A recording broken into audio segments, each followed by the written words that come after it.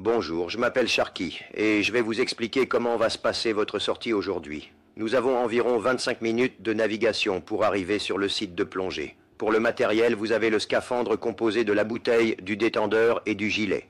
Dans cette bouteille de plongée de 12 litres, vous avez de l'air comprimé à 200 bars de pression, soit 2400 litres d'air détendu. Un plongeur lambda consomme 20 litres par minute, soit 2 heures d'autonomie à la profondeur d'aujourd'hui.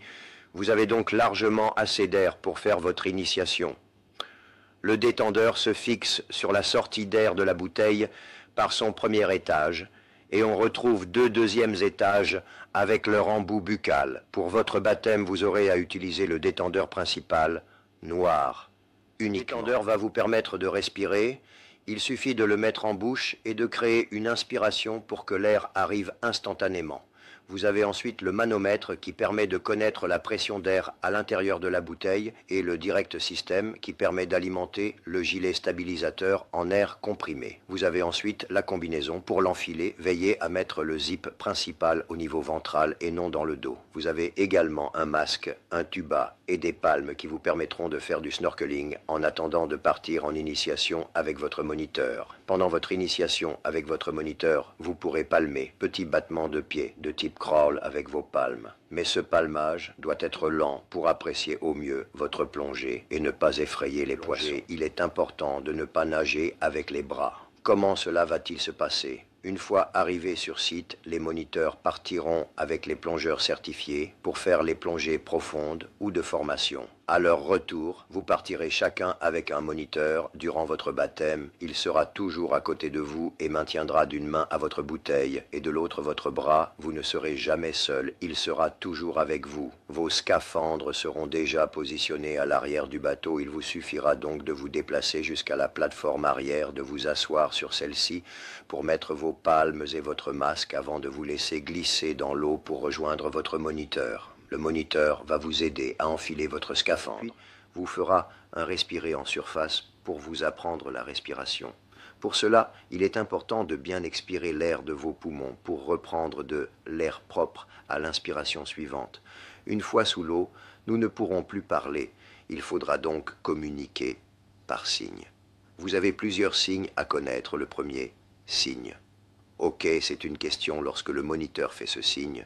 Il veut savoir si tout va bien pour vous. Si effectivement tout va bien, vous refaites le même signe à votre moniteur. Si vous avez le moindre problème, faites le signe. Ça ne va pas en essayant de désigner, de montrer ce qui ne va pas. Ça ne va pas, j'ai de l'eau dans le masque. Ça ne va pas, j'ai mal aux oreilles. Ça ne va pas, j'ai une crampe au mollet.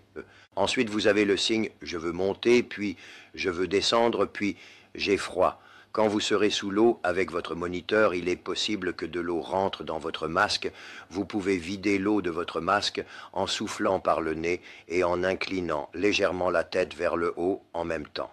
Si toutefois vous n'arrivez pas à vider cette eau de votre masque, rappelez-vous, faites un signe, ça ne va pas en désignant votre masque. Votre moniteur, un moment là, vous aidera à vider votre masque efficacement. Pendant votre promenade sous-marine, il est important de respirer normalement, c'est-à-dire inspirer, expirer régulièrement et de ne pas bloquer votre respiration. Il est important également de ne pas toucher la faune et la flore, même si en Méditerranée il n'y a pas de danger, il faut préserver la nature. Enfin, lorsque vous partirez en immersion, c'est-à-dire quand vous passerez de la surface à sous l'eau, la pression de l'eau va s'exercer sur votre corps et notamment au niveau de vos oreilles. Et il vous faudra rétablir la pression pour soulager vos tympans.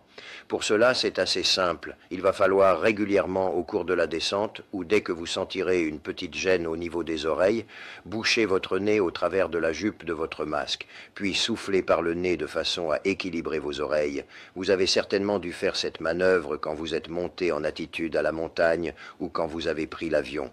Vous pouvez dès à présent vérifier si cela fonctionne. Bouchez-vous le nez, soufflez par le nez, sans forcer. Vous devriez sentir un léger pop au niveau de vos oreilles. Si toutefois, évidemment, vos oreilles vous font mal, rappelez-vous, faites le signe, ça ne va pas, en désignant votre oreille à votre moniteur. À ce moment-là, votre moniteur va vous faire remonter tout doucement, ce qui va faire diminuer la pression sur votre oreille. Dès que vous sentirez que tout va bien, n'oubliez pas de lui faire un signe OK, de façon à ce qu'il stabilise à cette profondeur. Voilà, c'est terminé pour ce briefing, pour votre baptême. Évidemment, si vous avez la moindre question, nous sommes là pour y répondre. Profitez bien de votre plongée.